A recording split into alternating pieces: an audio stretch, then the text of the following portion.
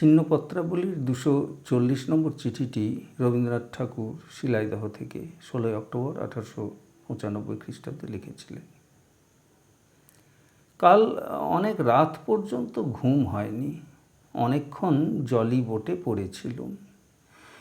তারপরে বোটে আমার শোবার ঘরে এসে জানলার ধারে বেঞ্চিতে বসে অনেক দিন পরে একাকী যাপন করেছিলুম।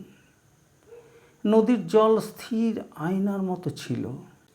তারার আলোতে রাত্রের অন্ধকার স্বচ্ছ হয়ে এসেছিল, যেন একটা কালো কাঁচের ভিতর দিয়ে বিশ্বজগৎ দেখা যাচ্ছিল।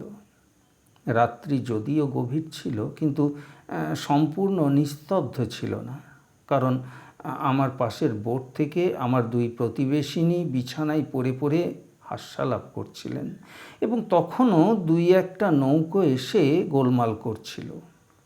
ওপারটা বেশ একটি স্নিগ্ধ অন্ধকারে আবৃত শান্তিময় দেখাচ্ছিল। আমাদের কুঠিবাড়ির বাগানের দীর্ঘ নারকেল গাছগুলি প্রহরীর মতো স্থির দাঁড়িয়েছিল, এবং খুব দূর থেকে একটা কীর্তনের শব্দ শোনা যাচ্ছিল। একটুও বাতাস ছিল না। আমাদের জনপ্রাণীহীন বালির চরের উপর কাশবন তাদের শুভ্র পুষ্পস্তবকগুলি নম্র করে যেন ঘুমে ঢুলে পড়েছিল।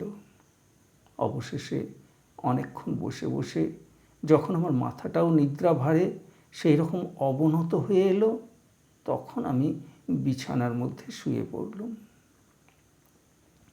আজ সকালে স্নানের পর মনে হচ্ছে যথেষ্ট ঘুম হয়নি। শরীরে যে একটা ক্লান্তি বোধ হচ্ছে, সেটা বেশ লাগছে। বেশ বুঝতে পারছি এখনই যদি বিছানার উপর পা ছড়িয়ে দিয়ে পড়ি, হাতে একখানা ভ্রমণের বই তুলে নিই, গায়ে এই অল্প অল্প শীতের বাতাসটি লাগতে থাকে, তাহলে ভারী আরাম করবে। সেই জন্যে সকালবেলাকার এইরকম ক্লান্তি আমার বড় ভালো লাগে।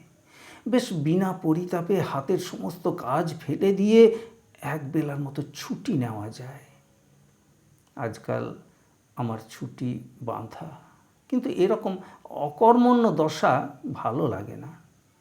শরীরটা যখন সম্পূর্ণ সক্ষম থাকে, তখন সে আপনি কর্ম অন্বেষণ করে, মানুষকে অস্থির করে তোলে। কিন্তু আজ সে বেশ শান্ত আছে। নিজের পৃষ্ঠের মেরুদণ্ডটাই তার ভার বোধ হচ্ছে। সেটাকে শয্যার উপর বিস্তার করে দিতে পারলে সে নিশ্চিন্ত হয়। কলকাতা, 17 অক্টোবর 1895।